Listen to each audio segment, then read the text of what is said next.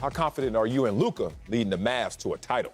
I'm incredibly confident, and I know that Luka will lead the Mavericks to a title. Remember, I grew up in Dallas, so I watched the Mavericks just about every game from 2000 to roughly 2011. That's the streak, and that is the stretch of the Mavericks winning 11 straight, having 11 straight seasons of 50-plus wins. That was also the stretch in which the Mavericks went to 2 NBA Finals and won one. And who were they led by? A foreign superstar, a top 10 player during the duration of his prime, top 5 players at times, and also won an NBA MVP in Dirk Nowitzki. So if I've seen Dirk do it, if I've seen Dirk sustain while super teams came and super teams went, if I've seen Dirk last through the likes of the Lakers with Kobe and Shaq, or the Heat with Shaq and D. Wade, the Lakers with Kobe and Powell, or the Spurs with Manu, Tim Duncan, and Tony Parker, but Dirk was just Mr. Consistent, then I am sure and I am certain that Luka can do the same. I'll end my take very simply with this. There's a reason, Slick Rick, there's a reason, Marcellus Wiley, that I've never won the lotto. Some could say it's because I'm unlucky, but I don't think so. I'm not really a luck kind of guy. I would submit that it's because I never bought a lotto ticket. Oh. And you can't win the lotto if you don't buy a ticket. See, Luka buys a lotto ticket for the Mavericks every single year. And the lotto ticket to win a chip is simply getting to the playoffs. You can't win a chip if you don't get to the playoffs. But by having Luka on your team, he's given the Mavericks a lotto ticket. Just get to the playoffs and get to the playoffs and get to the playoffs. Eventually, especially if you have a superstar, you'll crack the code. It's what happened with Dirk. They got to the playoffs, lost to the Spurs, got to the playoffs, lost to the Suns, got to the playoffs, lost to the Warriors, got to the playoffs, got to the playoffs, got to the playoffs, and eventually in 2011, against all odds, when LeBron James had formed the super team, one of the greatest super teams of this generation, Dirk cracked the code. Why? Because he had a lotto ticket. Luka gives the Mavericks a lotto ticket each and every year. And as a result, eventually, they'll win the lotto or an NBA title. That is an interesting take. It was. I don't agree with it. Yeah. But it's interesting. Yeah. I am not particularly confident that Luka Dončić is going to lead the Mavericks to a championship. One, because when you make the reference to Dirk Nowitzki, that was 10 years ago that he won that title, and the league has dramatically changed since then. If we look at the last 5-6 years in terms of who is leading championship teams, they're all athletic freaks. There's Giannis, there's LeBron, there's KD, there's Kawhi. And for all that Luka Dončić is, and he is an offensive maestro and as skilled as any player in the game, he's not an athletic freak. And so it leaves me short in what he is able to do based on how the game is played now. The second part is how championship rosters are built. And when I look at these Dallas Mavericks, I don't see that wingman that he needs. I don't believe that you need a big three, but you generally need two. And he doesn't have that one yet. And how is he going to get it? Well, Nico Harrison is the brand new GM, doesn't have a championship pedigree, doesn't have a pedigree at all. I expect that Nico will do well, but is he capable of building a championship roster? I have no idea. The second part is something from a conversation I had with an agent just in the last 24 hours about how teams are built. It used to be that GMs constructed them by talking to agents. Now it's players talking to other players. That's how these teams are being formed. And then the player who wants to go to a particular team goes to his agent and says, "Get me there." And the superstar in resident goes to the GM and says, "Get me that player." Well, who's in Luka Dončić's phone? Who is he going to reach out to and say, "Hey, let's get together, let's make this happen"?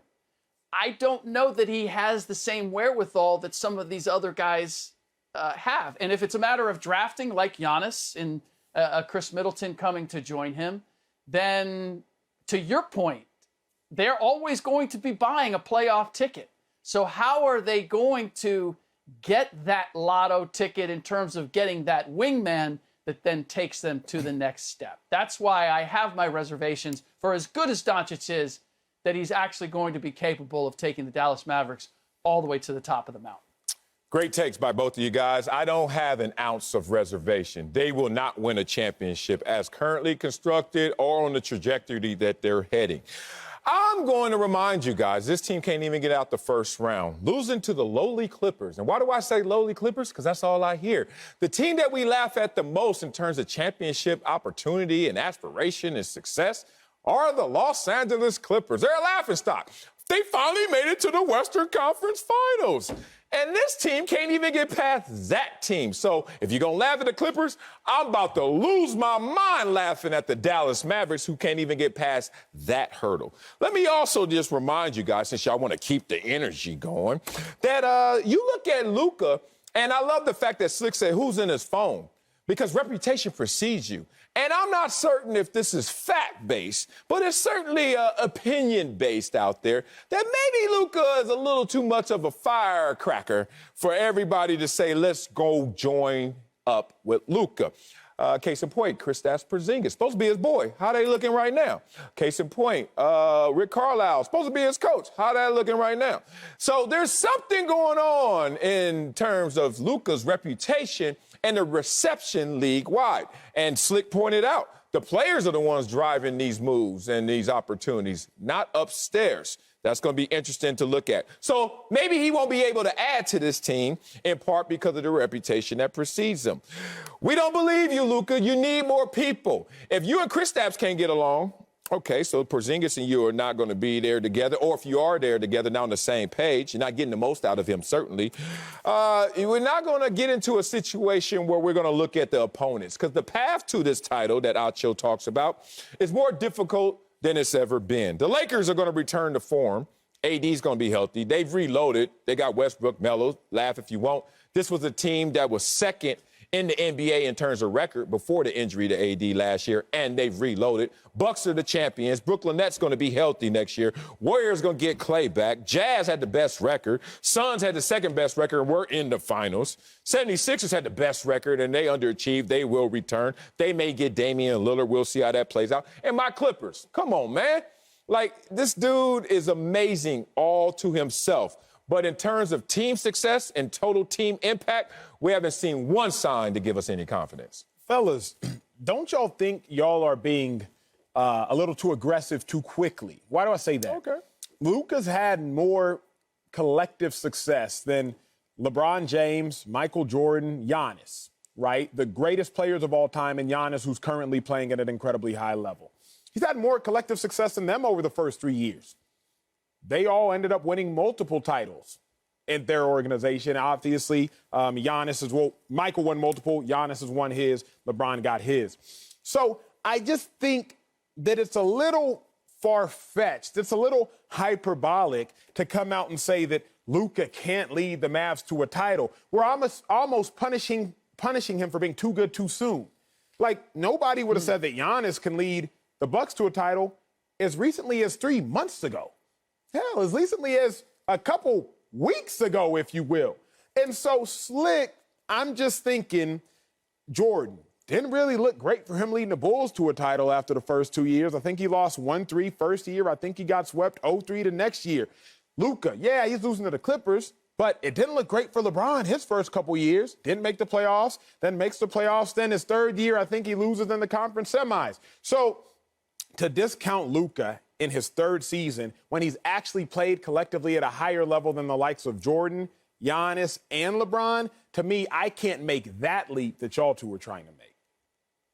I get that, and I'm still trying to get over Marcellus using Clippers slander to make his point. That kind of threw me for a loop there.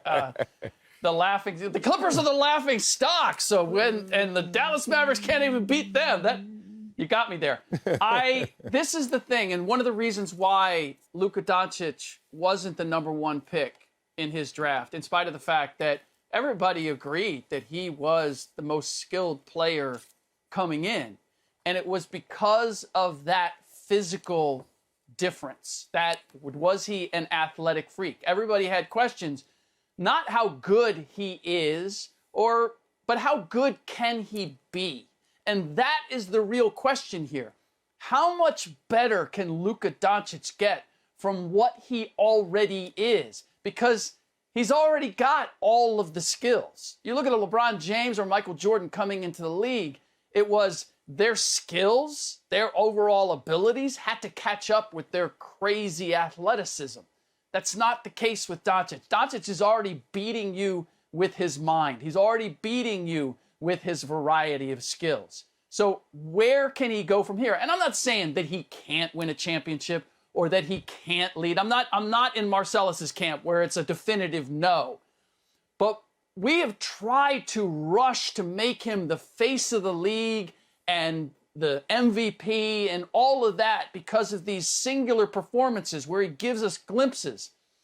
When he had 48 points and 11 rebounds against Argentina, it was, oh my God, he's the best international player that we've ever seen. And then he gives you 22 points on 20 shots and 8 turnovers against 7 assists against Australia, and they don't come close. We're trying to emphasize the positive, and we're not necessarily focusing on some of the negatives that exist. And the biggest part is, much like Steph Curry with the Golden State Warriors, Luka Dončić is an offensive maestro, but you are going to have to put the right pieces around him to take full advantage of that, and they're going to have to be talented pieces, particularly at the other end of the floor, and to take some of the pressure off him because athletically he can't overwhelm anybody. Man, slick. I love it. Because you highlighted what I want to bring up and illustrate right now in terms of his skills versus athleticism. And we know that he is being led by his skill set.